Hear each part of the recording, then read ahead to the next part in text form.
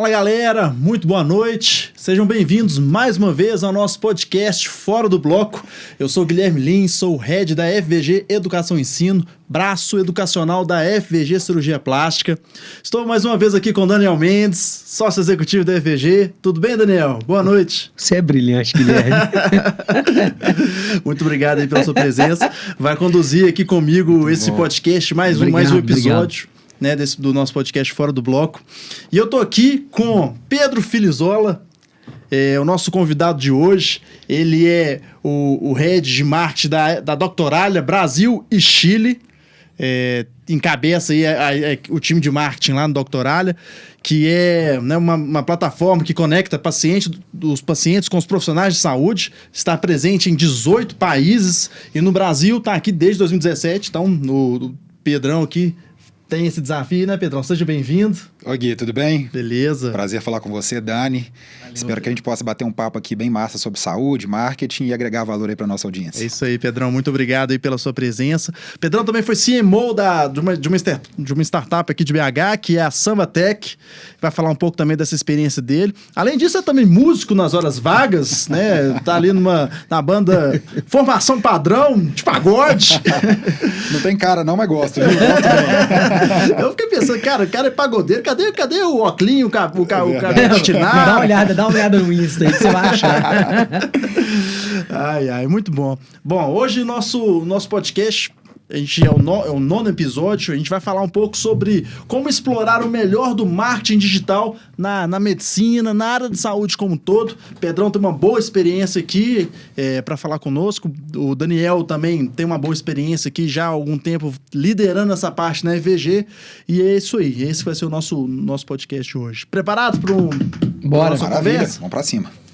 Quer fazer a primeira aí, Gui? Quer fazer a inaugural? Eu queria primeiro trazer aqui, para o Pedro se apresentar, falar um pouco, para quem não o conhece, né, um pouco da sua história e como que você, Pedrão, se ingressou nessa área do marketing, né? Se foi um amor à primeira vista, se você sempre trabalhou com isso ou se você já explorou outras áreas. Fala um pouco aí da sua história, né? É um bate-papo, né? Do jeito que você achar melhor, eu e o Dani, a gente vai conduzindo aqui. Maravilha. Vamos lá, minha história no marketing, na verdade, começa antes da faculdade. Porque eu formei no Colégio Santo Antônio, aqui de Belo Horizonte, e igual todo moleque antes de entrar na faculdade, eu estava bem indeciso. E aí minha mãe, psicóloga, me indicou um profissional da sua confiança para eu fazer o famoso teste vocacional. E aí foi muito massa, porque eu fiquei entre publicidade e filosofia. Olha que doideira, hein? Já pensou se eu faço filosofia? Eu acho que você se daria um bom filósofo. Mas, né, fui para publicidade, que na época era o que conectava mais comigo ali. E aí foi interessante porque eu entrei na faculdade, fiz PUC, e no começo é um pouco mais tranquilo, né? As matérias e os desafios, mas ali no meu terceiro período, mais ou menos, eu cansado de jogar bola a manhã inteira, chegar em casa, dormir assistindo Globo Esporte e acordar para ver Malhação, vida boa, eu né, falei, cara? tá na hora de procurar um estágio, né? De tomar rumo na vida.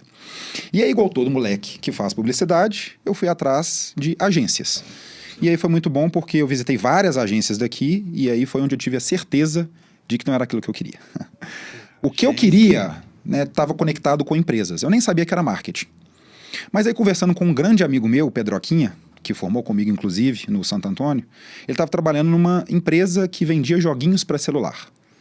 Falei, uai, como é que é? Me conta um pouco mais sobre isso. Ele falou, a gente pacota os games, né, traz aqui dos países da Europa e distribui para as operadoras. Ai, interessante. Joguinhos, eu gosto disso, né? Sempre gostei de videogame, essas coisas. Então.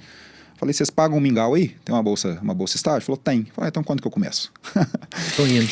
E essa, na época, era a Samba Mobile, que foi o primeiro business da Samba Tech, que hoje é uma startup consolidada aí de educação, transformação digital. Isso foi quando, Pedrão? Isso foi 2007. Você entrou na origem, tinha 19 então, anos. Na origem da origem. Exatamente, eu fui o 7º funcionário da empresa. Caraca! E aí eu já bati um papo com o Gustavo e falou, você já começa na semana que vem no nosso segundo escritório. E aí eu, moleque barriga verde, não sabia nada, né? Então comecei a aprender muito. Trabalhava com conteúdo, que não é o nosso marketing de conteúdo, né? Que é muito difundido, que a gente usa nas estratégias de marketing hoje. A gente basicamente empacotava os games e mandava para as operadoras. Então era realmente um trabalho manual, operacional, mas que Na minha cabeça, eu sentia que aquilo ali ia dar certo, né? Que eu ia conseguir expandir e conectar cada vez mais com os conceitos de marketing.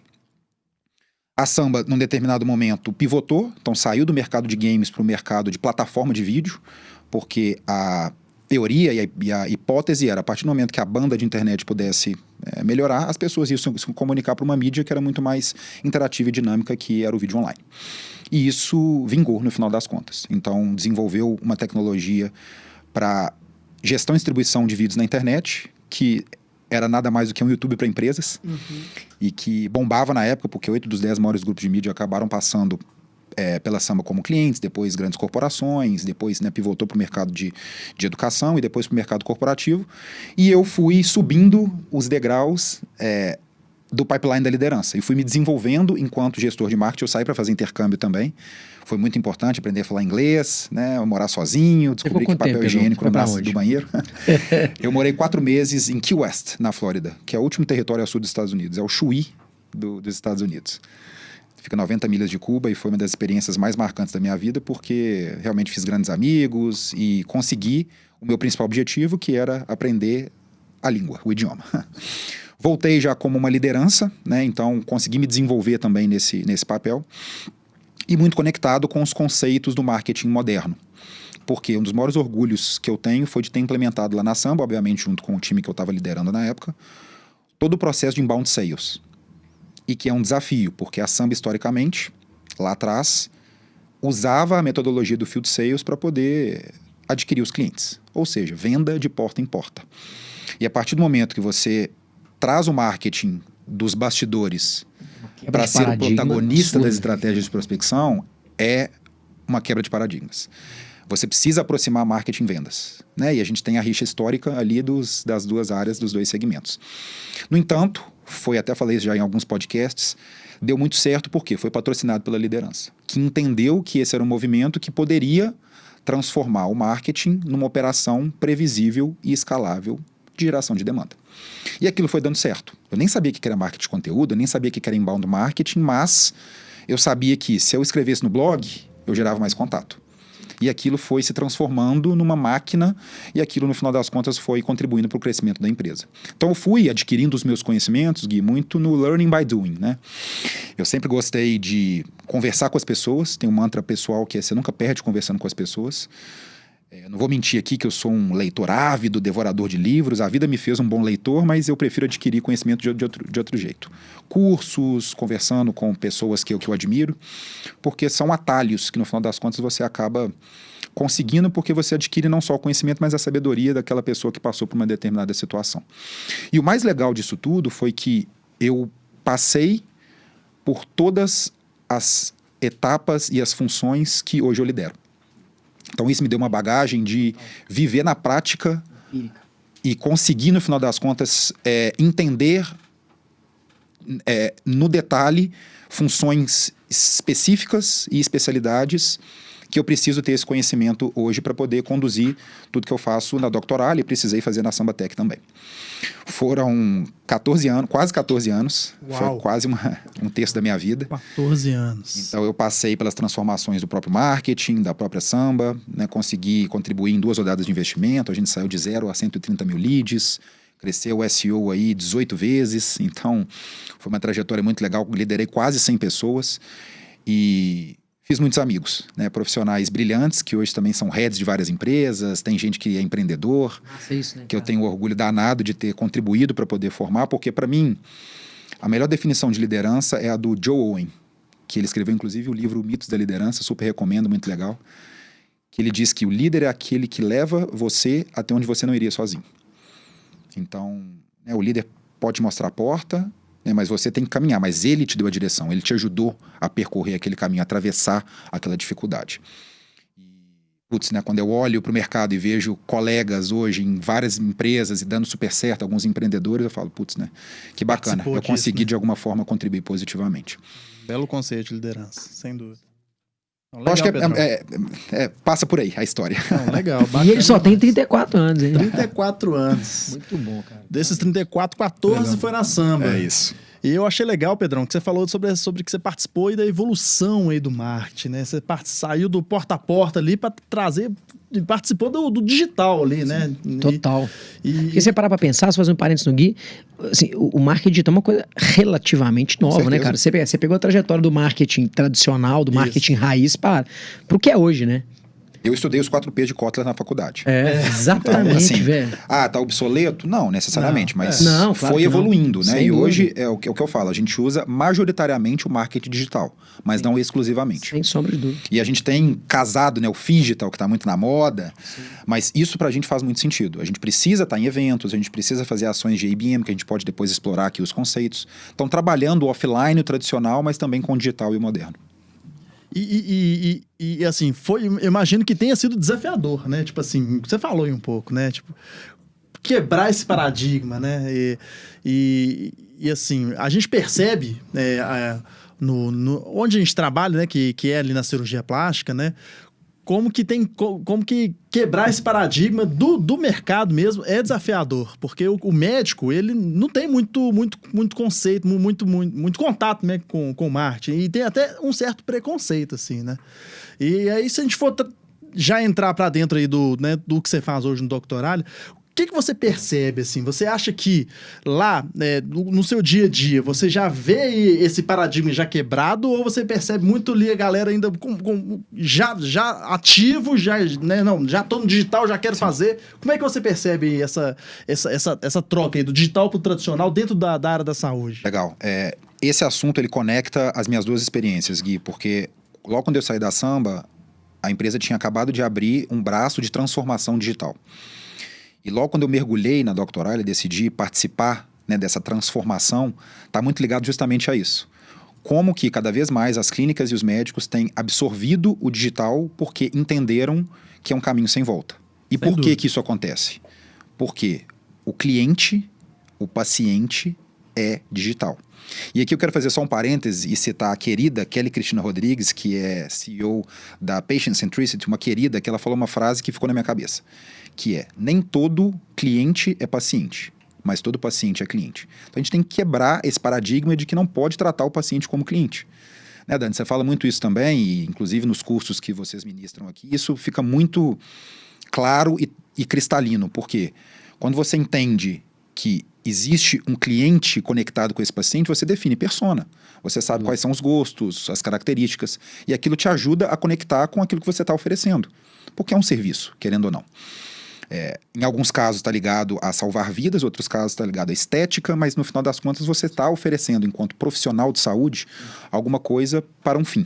Então, a partir do momento que você entende isso, acho que as coisas ficam mais claras na sua construção do marketing.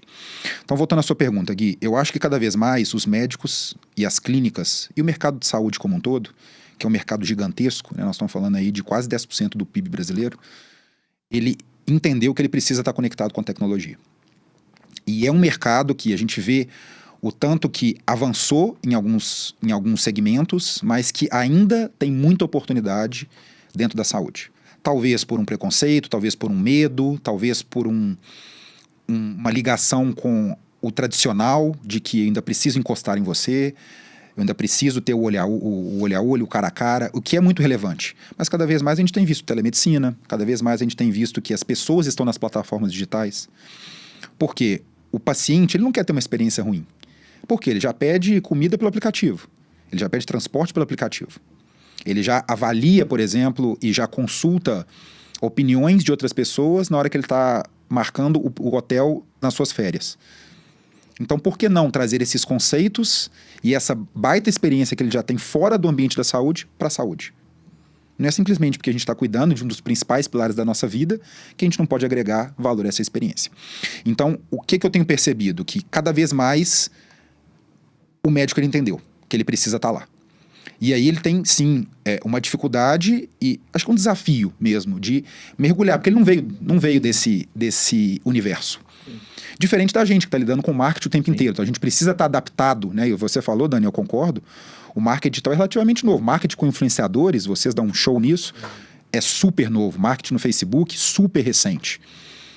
Mas a gente vive isso. E para o médico que estudou 6 anos, uma especialidade que é muito específica mesmo, como o próprio nome já diz. Uma formação que culturalmente não traz ele para o negócio. Não traz, que é a coisa da prática, e eu tô só conversando com o médico, e eu tô falando só sobre isso. Opa, mas espera aí, como é que eu expando agora o meu horizonte para eu entender de conceitos que são necessários para eu atender melhor o meu paciente? Porque eu acho que o grande desafio, Gui e Dani, é colocar o paciente no centro. É um clichêzão aqui também, né? Mas que é importante trazer isso à tona. Porque a partir do momento que o médico entende isso, ele começa a criar os mecanismos para melhor atendê-lo. E aí vai para o digital, e aí vai de agregar valor à experiência de consultório, vai de tentar reduzir no-show, vai de cortar atalhos, reduzir atritos. Que, de novo, está tudo conectado com os conceitos do marketing digital também. Ô Pedrão, deixa eu te perguntar um negócio, cara, assim, eu brinco muito, você falou assim, cara, você falou que eu falo, né, cara, assim, porque é a verdade, que assim, o médico, ele culturalmente, ele foi formado para não entender o paciente como cliente, né?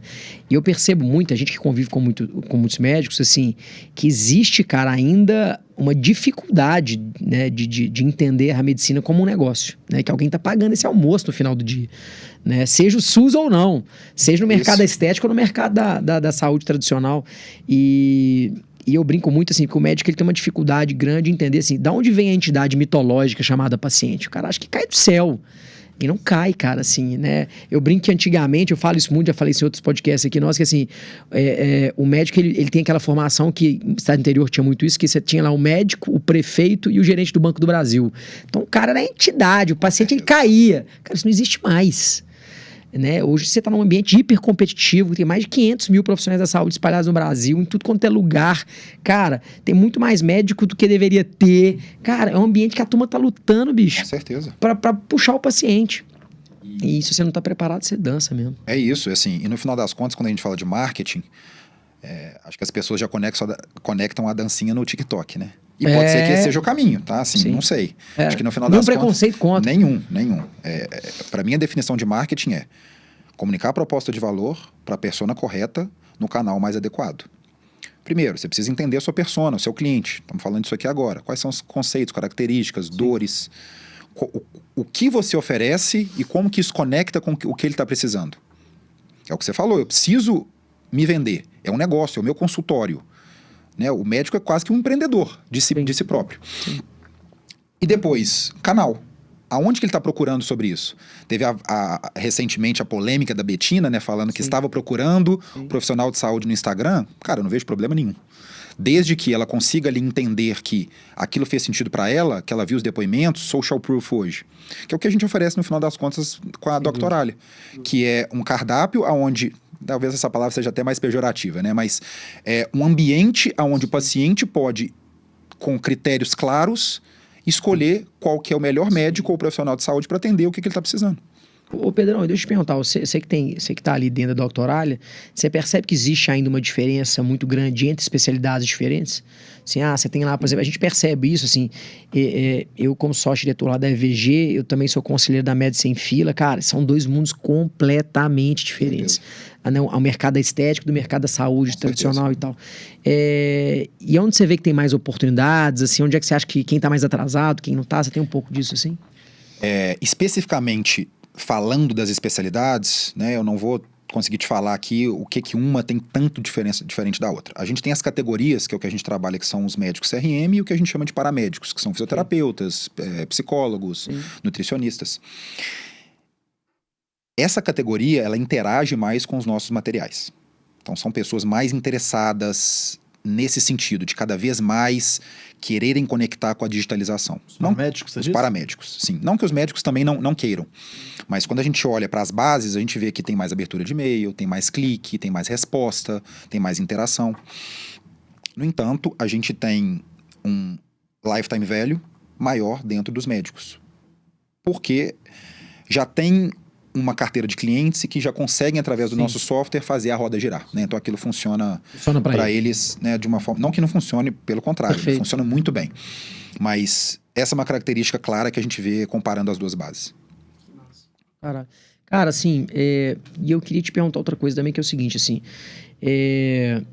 vocês estão ali o tempo todo fazendo investimento em novas plataformas, e obviamente oferecer o melhor produto pro cliente de vocês.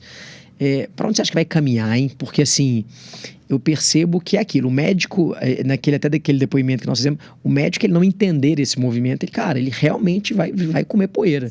Não tem como, é inevitável. E assim, o que você acha, assim, te transferindo aquela pergunta, o que você acha que vai ser a medicina daqui a 10 anos? Né, assim, o que você enxerga a nível de marketing, a nível de captação de paciente, como é que vai ser o movimento de captação, o que você... Eu vejo que as coisas vão estar muito mais conectadas. Dani, assim, a gente fala muito de wearables, por exemplo, né? E o nosso objetivo enquanto grupo Doc Planner é se transformar numa plataforma. Perfeito. A gente começou com marketplace, então visibilidade, acessibilidade, depois caminhou para software, a gente desenvolveu um software robusto, a gente acabou de adquirir o mais completo do Brasil, que é a Figo. Então estamos conectando agora visibilidade com gestão, e a ideia é que daqui para frente a gente seja uma plataforma plugando outros serviços que querem ter acesso ao nosso paciente. Mas para quê? E ao nosso médico. Mas para quê? Para que a gente possa oferecer uma experiência melhor para os dois lados. Sim. Principalmente para o paciente. Então eu vejo que 5G entrando em jogo cada vez mais, a velocidade de internet. Então eu acho que as coisas vão estar conectadas e a gente vai conseguir ter respostas mais rápidas para que, no final das contas, a gente consiga reduzir o tempo de dor. Que é o principal. Porque quando você está com dor, cara, você não consegue fazer mais nada. Não, pois é. Esse é o nosso mantra, essa é a nossa missão. Tornar a experiência da saúde mais humana para reduzir o tempo de dor do paciente. E é muito bacana poder viver isso no dia a dia, porque, cara, assim, antigamente, como é que você fazia na hora de procurar um médico? Você acordava com uma dor de barriga, ou você acordava com uma dor no olho, você ligava para sua mãe e falava, mãe, qual que é o oculista da família, né? Nem era oftalmo, era oculista. Ela abria aquela caderneta verde e ia ver, é Dr. Jaime. Dr. Jaime atendia a vovó. Né? Ele é de confiança, pode ligar para ele. Sim. Aí você ligava, não atendia. Por quê? A secretária estava falando com outra pessoa. Ou às vezes você acordava, era num horário fora do horário comercial. Como é que você fazia para entrar em contato? Então, você sentindo dor no olho, eu sentindo dor de barriga, e aí aquilo não funcionava muito bem. E por que você sabia que existia o Dr. Jaime? Porque era indicação. E hoje as coisas estão muito mais digitais. Então a gente está vivendo essa transformação de como que cada vez mais o online ele se transformou no protagonista na hora de você expor aquilo que você está fazendo. É a sua vitrine. E a gente oferece, enquanto Doctoralia, a oportunidade desses pacientes de acessou, agendou. Acessou, achou, agendou. É isso, no final das contas. Reduzindo a fricção. Sim. Eu quero marcar agora, aconteceu comigo, eu acordei com uma crise alérgica, tenho a minha médica de confiança, a primeira coisa que eu fiz foi entrar no aplicativo da Doctoralia, porque eu queria marcar na hora que eu acordei. E, no entanto, não tinha. Eu falei, doutora, não é possível, né? Aí eu consegui, 6 horas da manhã, ligar para ela, tinha um horário para poder me atender, mas... Aproveitando a oportunidade, o que você, dentro da plataforma, o que você percebe, assim, cara, que é um médico que desponta e um médico que acaba ficando para trás? Qual que é a diferença desse profissional? Legal, excelente pergunta, Dani. O médico que desponta é aquele que consegue trabalhar os elementos da jornada do paciente. Por quê, Dani? A gente fala muito isso para os doutores. O processo de cuidar do paciente, ele é muito mais do que a consulta. Existem várias etapas de acessibilidade, de agendamento, de visibilidade, de reputação digital, depois a consulta em si, então a experiência é muito importante, depois o pós-consulta, as campanhas de marketing para poder retroalimentar o processo. Então o doutor que ele consegue usar isso muito bem, ele vai se diferenciar. E o básico é você ter as descrições muito claras no seu perfil, na Doctoralia, uma foto muito bem produzida, o que você faz com muita clareza, se você tiver a oportunidade de colocar vídeos, a gente sabe que é uma mídia mais dinâmica e interativa, e principalmente avaliações. Putz, mas como assim? O paciente está me avaliando? Sim, por que não? Sim. Da mesma forma que a gente avalia o nosso motorista de Uber, da mesma forma que a gente avalia o quarto de hotel que a gente está ficando. E quem trabalha... Tem muita gente que valoriza isso, né? Tipo claro, assim, se vê um negócio com abaixo de 4 estrelas, nem considera... Não, e aqui, isso sempre aconteceu, né? A diferença agora é que está transparente, está cristalino, está na luz do dia. E se você se garante como um bom profissional, você não tem que ter medo disso. Pelo contrário, você tem que ver isso como uma oportunidade. E aqueles doutores que trabalham muito as opiniões dos pacientes, que é uma ferramenta que a gente oferece, e de forma automática. Você já tem os lembretes automáticos também, então a gente consegue reduzir em até 65% o no-show. O que para o médico é uma baita oportunidade de atender e de colocar o dinheiro no bolso. Então, você recebe uma mensagem quando você marca, você recebe uma mensagem no dia lembrando da sua consulta e logo depois da consulta, mais uma, lembrando o paciente de te avaliar. Então, aquilo fica no seu perfil, como um carimbo da qualidade do seu serviço. E quando você está procurando um médico lá, procurando um oftalmo, e eu vejo que tem 450 opiniões, opa, peraí, deixa eu dar uma olhada nesse perfil aqui. E a plataforma, ela oferece alguma ação para avaliações negativas? Com certeza. A gente não tem filtro com relação a avaliações negativas. Então, se tiver uma avaliação que... Estará lá. Se você não prestou um bom serviço e o seu paciente quer expor isso, obrigado, Dani, vai aparecer no seu perfil. Faz parte. Cara, você sabe que você está falando isso aí, a gente, né, construindo lá a Customer Journey Map do nosso paciente, e eu tô vendo você falar isso, como é que é louco, né, porque o médico, muitas vezes, ele acredita que o ponto de contato dele com o paciente é ali a primeira consulta, ou o procedimento em si. Cara, e a gente tem lá na EVG, por exemplo, o mapa da jornada do paciente com 59 pontos de contato, você lembra, né? Cara, e o médico participa de 4 pontos. Então você imagina, cara, de 59 para 4, você tem 55 pontos de contato que são de outras áreas, com outras pessoas, em outros pontos de referência. O tanto que isso é importante o médico entender. Não, e o tanto que isso faz a diferença, né, Dani? Porra. E vocês têm uma estrutura, primeiro, robusta e benchmark, que é excelente, mas tem muitos profissionais de saúde que não têm esse privilégio. Então são horas invisíveis que vão, no final das contas, comprometendo o espaço que ele tem para atender paciente. Se ele não atende paciente, ele não coloca dinheiro no bolso. Então, o que a gente permite também, enquanto doctoralho? Ajudar na gestão do controle desses pacientes. Para que sobre mais tempo para ele ou atender o paciente ou ele fazer o que ele quiser, viajar com a família, cuidar dos filhos. Então, esse ponto é muito relevante, porque quando ele entende isso, de que existe essa oportunidade para que eu possa cuidar do meu paciente, mas que eu tenha ferramentas e que eu possa... né, no final das contas, usar da tecnologia para poder me auxiliar, né, eu acho que muda o mindset e aquilo, no final das contas, contribui positivamente. Ô Pedrão, você sabe me falar hoje qual que é o maior canal do Doctoralia hoje?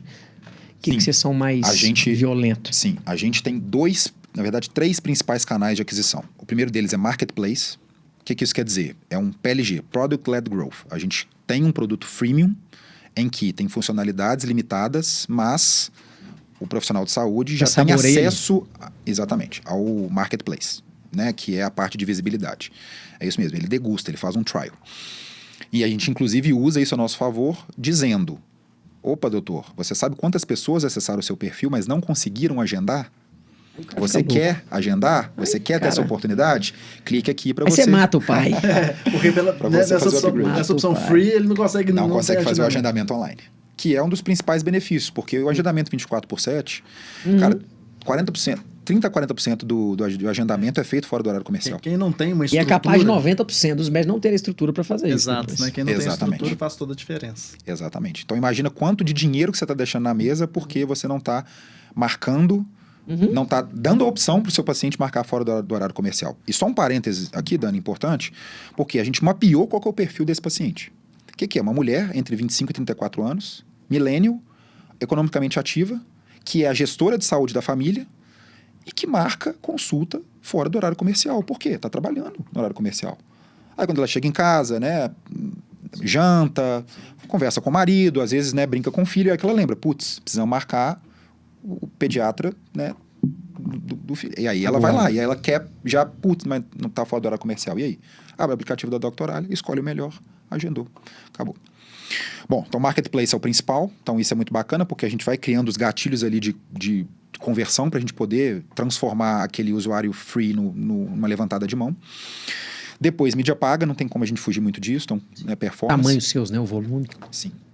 E depois é o disparo de e-mails, que a gente adquire uma base de contatos também através ou de mídia paga, ou de co-marketing, ou de outras ações, e a gente vai ou disparando os e-mails one shot, que é o que a gente chama de, né, monto ali um argumento, um copy matador, e estimulo aquele profissional de saúde a levantar a mão para ele saber mais sobre o nosso produto, com diversos gatilhos.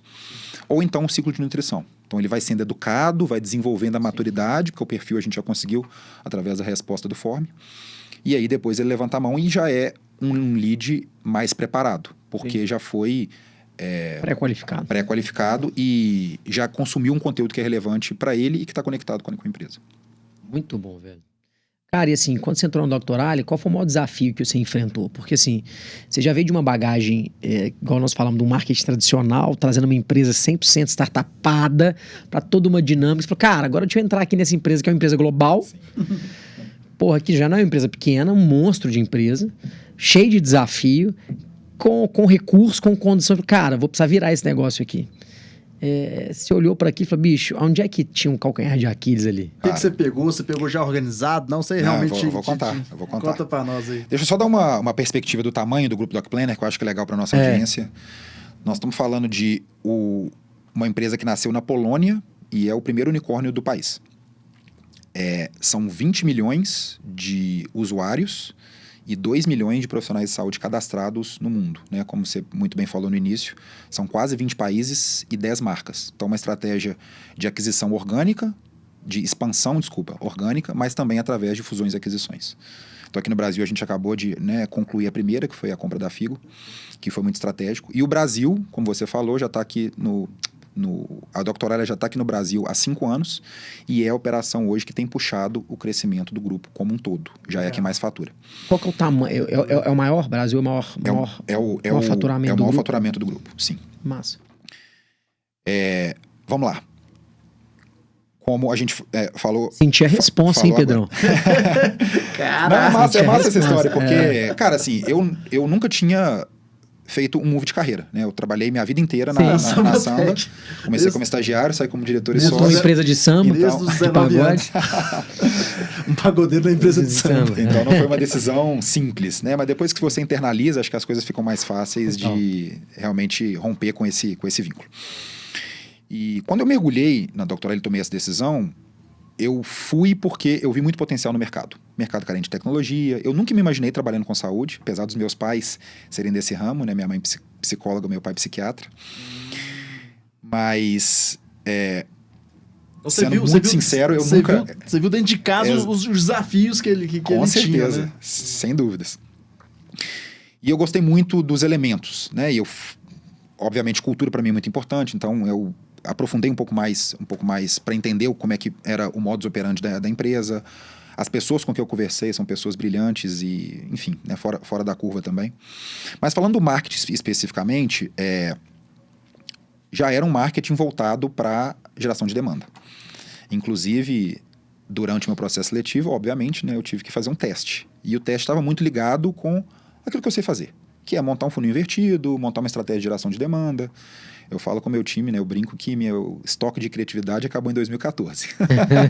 Eu sou um cara mais voltado para números e engenharia, apesar de ter sido um péssimo aluno de física e matemática, do que qualquer outra coisa. Mas foi muito massa porque existe uma diferença muito grande entre você montar um time e herdar um time. Quando você monta, você escolhe os skills. Eu quero essa pessoa com essas características para fazer aquilo. Quando você herda um time, você já tem um processo. Você já tem os skills lá. Então é difícil moldar. Claro que você pode desenvolver, você pode evoluir, você pode trocar uma peça, mas é diferente. Montar também é um desafio, sem dúvidas. Mas eu não posso falar que é igual.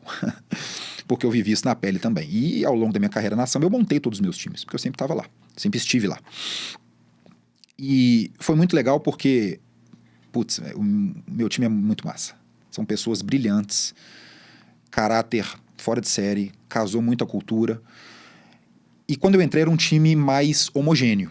E eu fui trazendo outras peças para tentar colocar temperos diferentes. Sim. Porque a gente tende a contratar e a conectar com pessoas mais parecidas com a nossa forma de pensar, e até o nosso jeito. E eu lembro, inclusive, de fazendo alguns processos seletivos com os meus team leaders e falando, a gente gostou mais dessa pessoa. Eu falei, sim, por causa do jeito. Mas essa pessoa aqui também tem skills e tem essas e essas características. Vamos dar essa chance. E hoje estão com a gente até hoje, fazendo um excelente trabalho. Mas quando eu cheguei lá, pessoal, eu coloquei 3 post-its, que é o que eu queria focar. Então, até hoje, lá na minha parede, estão um pouco mais desbotados, né? Vai pegando um sol e tal. Mas era melhorar a qualidade dos leads. O outro era trabalhar cada vez mais com dados, para que a gente pudesse direcionar as nossas ações e ter uma estrutura sólida para poder escalar. Porque essa era a encomenda que me foi passada quando eu entrei. E aí, há um ano atrás, não tem nenhuma metodologia, né? Mas eu dei uma nota de mais ou menos 4 em 10 em cada uma delas. E agora a gente está mais ou menos em 7 em 10. Então a gente conseguiu evoluir bastante. Em dados a gente ainda faz muita coisa manual, mas cada vez mais a gente está sendo data-driven. A gente tem uma estrutura sólida, com pessoas que, enfim, entendem muito bem as suas funções. Então a gente tem conseguido crescer aí mês a mês, batendo recordes de geração de demanda. E qualidade ainda é um desafio, né? Porque quando a gente escala muito rápido, e essa foi a encomenda que me foi passada, a gente precisa gerar mais demanda para poder vender mais. Primeiro você vai no volume para depois ir lapidando. Sim. Né? Se a gente entre a volumetria e a conversão, começa pela volumetria, né? Exatamente. E aí depois a gente vai aparando as arestas para conseguir chegar numa conversão que seja decente e dentro da nossa expectativa. Mas talvez o maior desafio seja a estrutura global. Mas eu queria viver isso, né? Porque eu respondo hoje para o Cadu, que é o CEO Brasil, mas a minha chefe é uma polonesa, que é a Marta. Então tem ali o desafio mesmo da cultura e do modus operandi, né? Então é muito massa você estar numa empresa global, porque você troca experiência com outros países também, e o idioma e toda a maturidade que você precisa ter nesse nível é o puta famoso aprendizado. MBA da vida real. E, de novo, né, eu queria muito participar, viver isso, porque era uma curiosidade que eu tinha e está sendo muito desafiador, mas muito empolgante. Claro que ainda tem alguns choques culturais, né? Tem, Pedro? Deixa eu te perguntar, tem? Existe. Mas, assim, a gente vai aprendendo a lidar no dia a dia. E é muito legal porque, no final das contas, está todo mundo olhando para a mesma coisa, que é como que a gente faz a empresa crescer, né? Eu defendo com os dentes as coisas que eu acredito, né? Os meus pares, em alguns momentos também, a estrutura global também, e a gente vai ali, cada um cedendo num caminho, construindo, né, o Culture Bridge para que a gente possa, no final das contas, ter uma mesma direção. Você disse que hoje... Então conta pra gente, quantos clientes cadastrados você tem na Doctoralia hoje? Vamos lá, no Brasil nós estamos falando de 700 mil profissionais de saúde cadastrados no Marketplace, são 20 milhões de usuários mensais e 1 milhão de consultas marcadas todos os meses. Caraca. É um volumezinho, dá um trabalho. Cara, eu tenho uma pergunta boa para te fazer. Que é um desafio, eu tenho dormido com esse pensamento há um tempo já, sabe? Fazer melhor aquilo que a gente já tem feito já é um desafio por si só, né? Você tá estruturado e você, vou fazer melhor, porque a gente já fica tentando arrumar aquele bala de prata. Cara, nós vamos fazer, vou criar um negócio, vou disruptar aqui agora, vou montar nesse foguete. Cara, assim, esse é um jogo, esse é um game de consistência e, cara, e fazer melhor por si só já é um grande desafio. Mas eu tenho me feito uma pergunta, cara, assim, que eu não tenho a resposta, que é assim, como fazer mais do mesmo melhor, mas de forma diferente? Porque, eu vou te dar um exemplo, o nosso mercado, que é o mercado da cirurgia plástica, assim, é natural que um mercado que ele é extremamente pulverizado, né? Então, assim, você tem lá gente grande, gente pequena, empresa, cara sozinho, tem homem, mulher, macaco, menino, louro, tem de tudo. Cara, assim, é lógico que você tem ali a galera que são os inovadores, que fazem coisas diferentes, que encabeçam alguns movimentos, tem a galera que são os fast followers, mas o mercado ele tende todo mundo tá mais ou menos na mesma carona, todo mundo tá usando os mesmos canais de aquisição, todo mundo continua fazendo mais ou menos as mesmas coisas, aí daqui a pouco tá todo mundo melhorando e profissionalizando, mas na hora que você olha, cara, assim, é todo mundo mais ou menos da mesma cor. E eu tenho muito me perguntado assim, cara, eu vi esses dias um podcast do Primo do Thiago Nigro com o Washington Oliveto, e, cara, vale a pena ver, inclusive, é super legal. Vou anotar aqui. Super legal. E o Washington fala um negócio que é super legal, que é assim, cara, fazer uma coisa muito sofisticada para um público extremamente premium, que são linhas tênues e não sei o que, cara, é fácil de fazer. Você fazer uma coisa vulgar, que é banal, que é esdrúxula, que todo mundo vai rir, vai gostar e vai comprar, também é fácil. O difícil é você fazer o popular de bom gosto. E o popular não no sentido de pobre, o popular no sentido de, cara, de que encaixa em todo mundo e é bom. Isso é um desafio gigante. E eu tenho me perguntado assim, porque de vez em quando eu vejo que o nosso time ele cresce de forma consistente, o que é muito bom. a gente acaba tendo um olhar muito só para conversão, que a gente tem que tomar cuidado, né? O marketing digital ele acaba te direcionando muito, tipo assim, cara, conversão, em todos os canais, né? Bota o TM aqui, vamos ver quanto tá vindo aqui, bota o TM lá, vamos ver quanto tá vindo de lá, e esse aqui é melhor que lá, e muda o investimento. E eu falei, cara, mas isso é um pouco de que todo mundo faça, uns melhores, outros piores, e a gente, como tem uma infra boa, a gente acaba fazendo melhor todo santo dia. Mas eu não tenho pensado, cara, o que a gente poderia fazer mais, melhor e diferente, sabe? E essa é uma pergunta maluca, porque assim, não tem uma resposta pronta para isso hoje, ou pelo menos não tem. E eu tenho tentado voltar, eu tenho buscado muito fontes de informação. Esse podcast, por exemplo, foi uma que vale a pena você ver, que é muito na galera raiz, sabe? Que, assim, porque no final das contas, assim, o ser humano gosta de outro ser humano, né? Assim, como é que eu gero empatia, como é que eu gero conexão, como é que eu uso um storytelling bem construído, mas sem fazer o mais do mesmo, sabe? Eu tenho me perguntado isso pra caralho, sabe? Porque assim... Cara, isso que você falou, Dani, eu concordo demais, assim. A única máxima que existe no marketing é depende. Cada caso é um caso. A gente adora perguntar qual que é a ferramentinha, né? Qual que é o hack que vai dar certo. Pode ser que funcione para o mercado, pode ser que outro não. E isso que o Washington falou faz muito sentido, porque os extremos, eles são mais tranquilos, porque eles são polêmicos, ou eles vão despertar a atenção. Mas será que você consegue fazer isso o tempo inteiro? Não, né? Você precisa ter um padrãozão. E eu sou muito dessa linha também, Dani. Assim, acho que tem que ser o entra pouco, sai linguiça. No final das contas, tudo precisa dar algum resultado. Você precisa dar um jeito de mensurar. Porque senão, como é que você vai saber se no final do dia aquilo que você está despendendo energia está funcionando ou não? Né? Acho que essa é uma linha de raciocínio que é importante quando você está fazendo qualquer coisa na sua vida. Agora, existem as vaquinhas leiteiras mesmo, não tem como. Você fala muito isso, eu aprendi isso com você. Você tem que tomar muito cuidado para não tentar disruptar e testar novos canais, colocando em xeque o seu business. Então, no nosso caso, eu não consigo simplesmente desligar a campanha de ads. Eu não consigo parar de mandar e-mail. Pô, tem mês que o nosso e-mail pressure tá alto. Eu tô disparando muito e-mail, mas... E assim, o paradoxo e o dilema do curto prazo versus longo prazo, ele é um baita desafio. Porque o curto prazo ele engole e ele é traiçoeiro. E você tem que ficar pensando no longo prazo. Por isso que, não sei, talvez a regra do 70-20-10 seja interessante. Você tem que separar um tempinho ali para você testar novas abordagens. E aí pode ser que o tradicional, às vezes o óbvio, funcione para você. Putz, mas evento? Pô, será que eu vou voltar lá nos 4Ps de Kotler? Promoção? Caramba. Não sei, vamos testar. No nosso caso, a gente tem feito campanhas, né, de IBM. A gente passou a patrocinar eventos agora. Estamos flertando com isso. Pô, será que faz sentido? Eu gosto sempre de, quando eu vou testar um novo canal, primeiro terceirizar, contratar às vezes um fornecedor, mais barato, mais dinâmico, não tem contratos muito longos, sinto uma vez que virou core, ou expando o contrato ou internalizo. Então acho que isso conecta muito com o nosso desafio enquanto marqueteiro, que é inventar coisa nova o tempo inteiro, que é conectar com o canal aonde aquele potencial cliente vai consumir a informação. Então a gente brincou aqui de novo da dancinha do TikTok, mas não sei, de repente tem paciente olhando lá o tempo inteiro e vendo uma oportunidade de marcar uma consulta por lá, ou, né, de realizar o sonho, né, de ter uma estética corporal mais interessante a partir desse canal de aquisição. Então, de novo, a gente gostaria muito de fazer muitas coisas, mas uma coisa que você fala também que eu quero trazer aqui à tona é: você não é o seu canal, você não é o seu público. Se para você não faz sentido o TikTok, não necessariamente quer dizer que aquilo não vai fazer sentido para o seu público-alvo. Então, por isso você tem que entender e transformar o seu cliente, o seu paciente em cliente, porque a partir daí você vai conseguir desdobrar suas ações. Cara, e assim,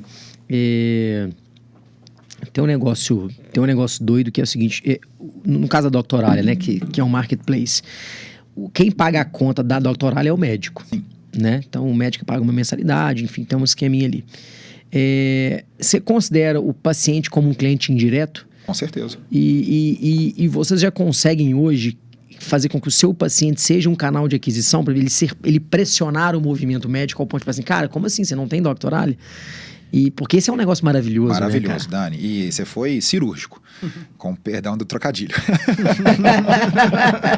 Funcionando bem, né? De forma muito apropriada. Mas é exatamente isso, assim. A gente cada vez mais quer que o paciente seja um catalisador. Exato. No nosso caso, Dani, a gente, enquanto marketing, estrutura de geração de demanda, a gente foca mais na aquisição do médico. Isso não quer dizer que a gente não tenha olhos para o paciente. Existe uma estrutura global focada em atrair mais pacientes para fazer a roda girar, porque estamos num business de marketplace, que é o problema, o chicken egg problem, né? O problema do ovo e da galinha. Eu preciso ter pacientes para ter médicos e médicos para ter pacientes. E comunicar para o paciente é muito mais sexy, é muito mais gostoso. Por quê? Nós estamos falando de aplicativo, nós estamos falando de transformação digital, de digitalização, de você escolher o seu melhor médico. No entanto, a gente precisa atrair, mostrar benefício e proposta de valor, o USP, né? Unique Selling Proposition, para o profissional de saúde. Mas a gente usa os benefícios para o paciente como argumento para mostrar para o doutor de que, olha só, olha aqui o seu cliente, olha aqui o que o seu paciente quer. Ele quer marcar fora do horário comercial. Ele quer poder agendar sem precisar ligar. A gente tem um meme que a gente adora, que é: precisei ligar para a clínica para marcar uma consulta como faziam os astecas. Porque, no final das contas, as pessoas querem fazer pela internet, assim, porque elas não querem ter contato, né, ligar e tal. Algumas, né, tem vários perfis. Em contexto geral, não. Mas em conteúdo, assim, no final das contas, é a experiência interessante pro paciente. A gente usa isso a nosso favor. Então, esse é o nosso objetivo utópico, né? Que a gente consiga que o doutor fale: não, eu só vou consultar no médico que tem Doctoralia.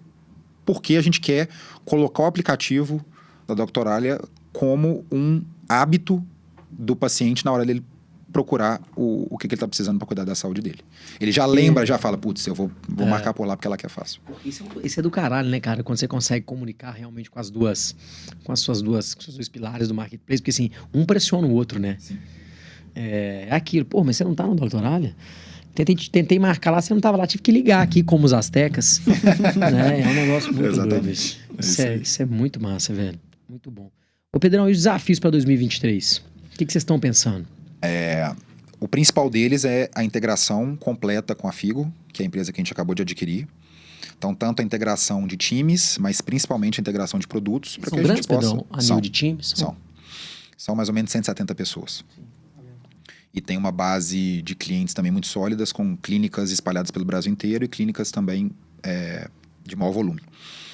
E realmente eles são o melhor software de gestão clínica do país, porque eles conseguiram traduzir a necessidade do cliente em funcionalidades. Então isso é espetacular.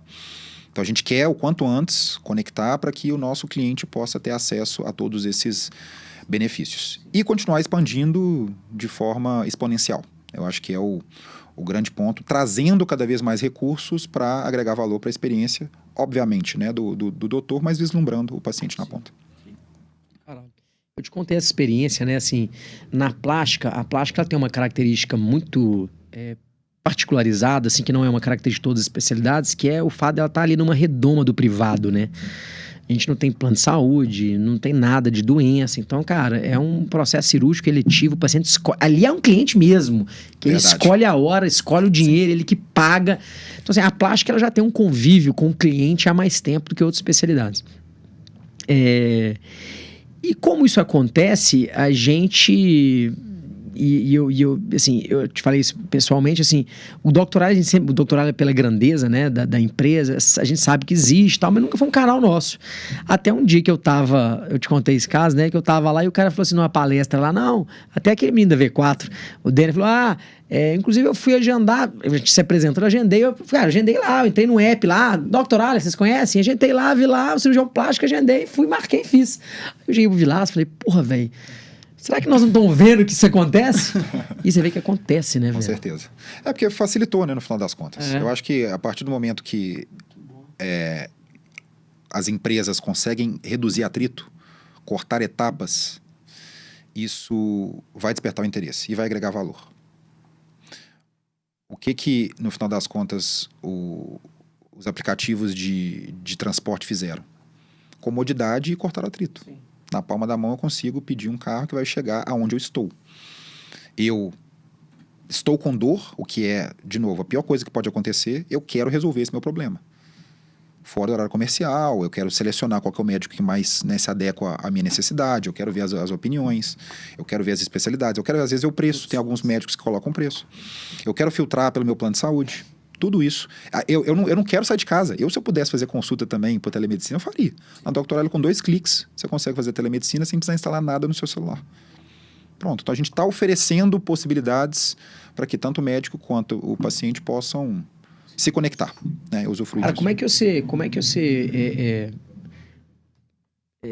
evita, porque eu imagino que você deve ter como todo cliente, você tem um cliente ali que é o cliente, desculpa a palavra, ignorante, né? O cliente, cara, que ele vai querer responsabilizar a doctoralha por um serviço médico errado, mal prestado, ou por uma intercorrência, sei lá, pode ser que nem seja culpa do médico, mas enfim, que vincula a doctoralha naquele polo passivo da reclamação e fala aqui, quero meu dinheiro de volta, e cara, não tem nenhuma relação. A doctoralha é um marketplace, só conectou os dois.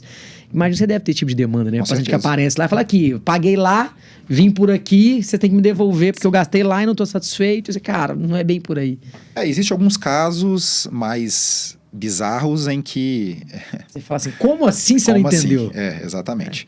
Mas assim, a gente tem uma área de legal muito forte. E a gente deixa muito claro também em todos os termos e condições. A gente teve um trabalho muito forte, inclusive com relação à Lei Geral de Proteção de Dados, porque como empresa europeia, lá tem a GDPR, que é até mais rigorosa do que a nossa aqui.